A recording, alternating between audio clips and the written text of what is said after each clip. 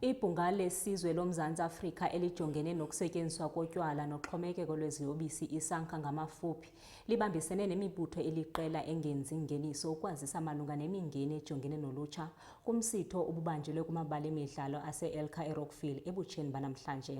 Oku kungqamana namaphulo amabini abalulekileyo kweli lizwe, inyanga yolutsha kunye neveki yokufundisa ngobungozi beziyobisi. Okanye ke ingxoxo bezibandakanya izihloko ezifana nokusetyenziswa gwenxa kweziyobisi, impilo yengqondo, ulwaphulo-mthetho neminye imiba yasekuhlaleni echaphazela abantu abatsha.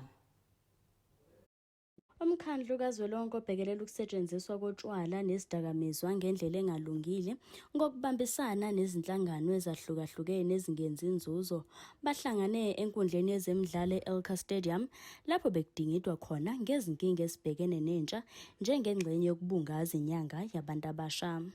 eSoweto office idila ngopfu navanhu lava nga na vaviseka engqondweni, like people who are affected mentally, depending on the case, whether you are affected based on you were born with it or it's just something that developed when you grow up. So we deal with it as large.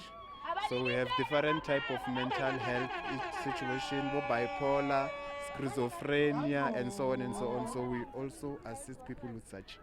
Inhlelo sinazo esizisebenzisayo, for example thina kakhulukazi sisebenza nezikolo ne, so usually we do ama presentations whereby senze awareness ezikoleni esifundisa abantwana ngobungozi bokuthi bagcine sebazithola besenza ama drugs, including na community at large. We also do that via the team abayibiza alternative team, of which yibo ke kakhulukazi abasebenza ne-youth. So the challenges that we basically face, we could approach youth or community basically, and then we refer to SANCA services, right? So when they get there, others do take the services seriously, and then they do make a turnaround out of it. But some do relapse due to maybe support from the families and the community as a large. So those are the challenges that we're currently facing. But then one step at a time. Kuphindwe kwaqashiswa abantu abasha ngokusetshenziswa kwezidakamizwa ngendlela engalungile njengoba yiloku ikhule njalo izibalo zabantu abasha abasebenzisa izidakamizwa ngendlela engalungile. Making a mistake is not a mistake, but not learning from that mistake is the mistake. So I would like to ukuqhuquzela umphakathi ukuthi bayazi ukuthi loba bekwenza back then, maybe it was a mistake, they didn't know what they were doing, but in future they should know that mawumuntu yasukuma yasithintitha futhi, and then you move back to the community.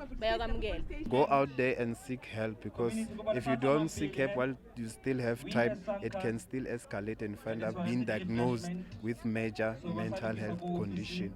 Which means if you seek help before it escalates, you can be assisted, take medication, and then you overcome it. Izihloko abagxile kakhulu kuzona bakhuthaze abantu abasha ukuba behlise uphuzo oludakayo, bakhuthaza ukubikwa kwezigameko zokuhlukunyezwa emphakathini nokugcizelela ukubaluleka kwempilo yengqondo. Konke lokhu kube ukugqugquzela intsha ukubibeka kuqala impilo yayo. Ezindabeni zeSoweto TV.